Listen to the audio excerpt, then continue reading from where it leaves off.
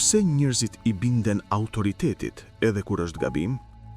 Një njeri I zakonshëm merr një urdhër. Urdhri është I qartë, por diçka nuk shkon. Ai e ndjen që është gabim. Megjithatë, ai bindet, jo sepse është I ligë, jo sepse është I paditur, por sepse urdhri vjen nga dikush me autoritet. Kjo është një nga forcat më të fuqishme që ndikon sjelljen njerëzore, dhe shumica nuk e kupton sa thellë është e rrënjosur në mendjen tonë. Që fëmijë mësojmë një rregull të heshtur. Prindrit kanë të drejtë, mësuesi dinë më mirë. Uniforma përfaqëson sigurinë, zëri I sigurt nuk vihet në dyshim. Me kalimin e kohës, kjo kthehet në instinkt.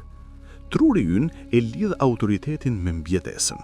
Në të kaluarën, mosbindja ndaj udhëheqësit mund të sillte përjashtim nga grupi, dhe përjashtimi nga grupi do të thoshte rrezik. Kjo frikë mbetet edhe sot, edhe pse rrethanat kanë ndryshuar. Psikologët e kanë testuar këtë drejt për drejt.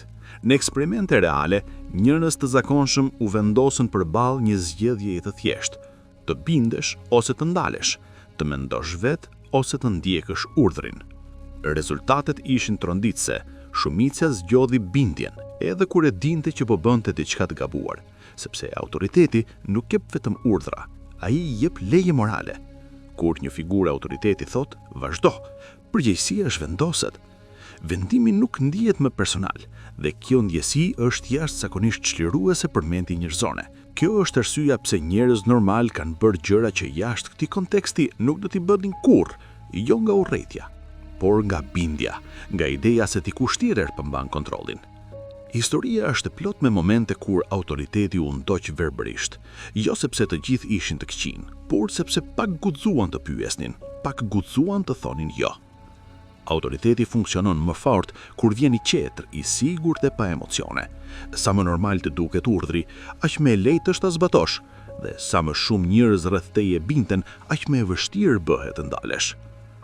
Pyetja më e rrezikshme nuk është çfarë po bëj, pyetja është kush më tha ta bëj, sepse bindja nuk kërkon mendim, mendimi kërkon përgjegjësi, dhe përgjegjësia është diçka që shumë njerëz pa e kuptuar përpiqen ta shmangin. Kur ishte hera e fundit që vuren në dyshim një urdhër vetëm sepse vinte nga një figurë autoriteti, sepse ndonjëherë të mendosh vet është forma më e lartë e guximit.